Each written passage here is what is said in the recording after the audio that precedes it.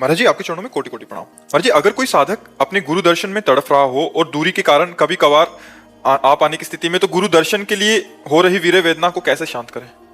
अगर सच्ची वीर्य वेदना है तो अदर्शन हो ही नहीं सकता, वो तो सामने होते हैं। जिसका हम विरह हृदय में धारण करते हैं वो सामने होता है हमारे, उससे हम बात करते हैं, उसे हम देखते हैं, तो देखते हुए भी अनदेखा लगता है, देखते हुए भी अनदेखा लगता है और ना देखते हुए भी देखता है।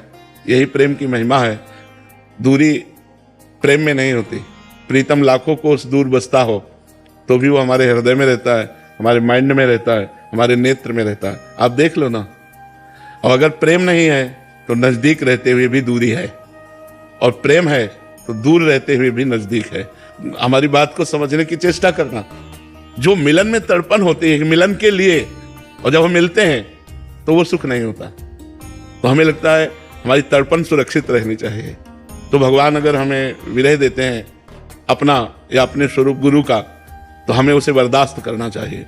एक भृंगी नाम का कीड़ा आता है, वो दूसरे कीड़े को अपने घरौंदे में बंद करता है और डंक मारता है और भन ऐसे करता है। कुछ दिनों बाद वो दूसरी जाति का कीड़ा भृंगी कीड़ा बन जाता है। ऐसे ही जब हम अपने इष्ट या गुरुदेव का बार बार चिंतन करते हैं तो हम भगवदाकार हो जाते हैं।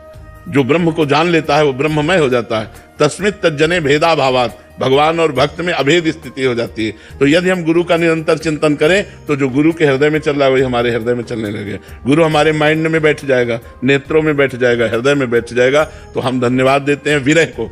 विरह में जो तड़पन होती है, तड़पन में जो आनंद है, वो मिलन में नहीं देखा गया। इसलिए हम प्रभु के लिए तड़पे, हम गुरु के लिए तड़पे, ये हमारा सौभाग्य है।